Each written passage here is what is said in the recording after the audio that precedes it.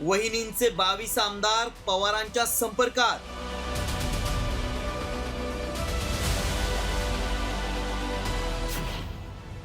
राष्ट्रवादीच्या विलीनीकरणाचा विषय संपला।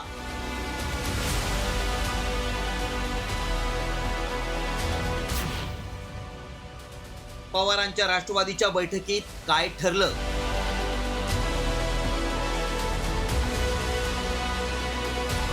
अजित पवारांच्या मृत्यूनंतर दोन्ही राष्ट्रवादी एकत्र येणार अशी चर्चा सुरू होती। त्यावेळी स्वतः शरद पवारांनी दोन्ही राष्ट्रवादीचं विलीनीकरण होणार होतं असा गौप्यस्फोट केला होता।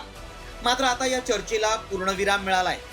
शरद पवारांनी राष्ट्रवादीच्या प्रमुख पदाधिकाऱ्यांची बैठक घेतली आणि याच बैठकीत विलीनीकरणाचा विषय संपल्याची ठोस भूमिका शरद पवारांच्या राष्ट्रवादीने घेतली आहे। त्या सगळ्यांना बरोबर घेऊन सगळ्यांनी वेळ देऊन पक्षामध्ये पूर्णपणाने ताकदीने महाराष्ट्रामध्ये पवार साहेबांच्या नेतृत्वाखाली सक्षम विरोधी पक्ष म्हणून आम्ही उभा करण्याच्या संदर्भातली चर्चा होती। स्पष्टीकरण करतो, विलीनीकरणाचा विषय हा संपलेला आहे।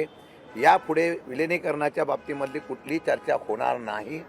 आम्ही सक्षमतेने राष्ट्रवादी काँग्रेस शरद पवार पक्ष हा पवार साहेबांच्या नेतृत्वाखाली आमच्याकडे एक तो नेता म्हणून आमचा जो चेहरा आहे तो घेऊन महाराष्ट्रामध्ये आम्ही जाणार आहोत आणि हे नक्की आमचं झालेलं आहे। मात्र विलीनीकरणासाठी आग्रही असलेल्या शरद पवारांच्या राष्ट्रवादीनं विलीनीकरणाच्या चर्चांना ब्रेक का लावला पाहूया। अजितदादांच्या पक्षातील 22 आमदार शरद पवारांच्या संपर्कात असल्याची माहिती सूत्रांनी दिली आहे। राष्ट्रवादीच्या बैठकीत या 22 आमदारांच्या घर वापसीवर चर्चा झाल्याचं बोललं जातंय। शरद पवारांच्या संपर्कातील आमदारांनी घर वापसीला तयारी दर्शवल्यामुळेच प्रफुल्ल पटेल आणि सुनील तटकरेंनी शरद पवारांची भेट घेतल्याची चर्चा आहे। दादांच्या राष्ट्रवादीतील अंतर्गत मतभेदाच्या पार्श्वभूमीवर राजकीय समीकरणात भाजपात जाण्यास विरोध असलेले आमदार शरद पवारांसोबत येऊ शकतात अशी चर्चा आहे। त्यामुळेच आता वहिनींच्या पक्षाचे आमदार आल्यास त्याबाबत विचार करू असं सूचक विधान प्रदेशाध्यक्ष शशिकांत शिंदेंनी केलंय। तर एकाही आमदारानं पवारांची भेट घेतली नसल्याचा दावा अजितदादांच्या राष्ट्रवादीनं केलाय। अभी तक हमारे पास ऐसा प्रस्ताव नहीं है, आने के बाद सोचेंगे। विधायक अगर आते हैं पवार साहब के नेतृत्व में काम करने के लिए अगर तैयार होते हैं तो उनके बारे में सोचने के लिए हम लोग तैयार हैं। एकही आमदार पवार साहेबांना भेटलेला नाही।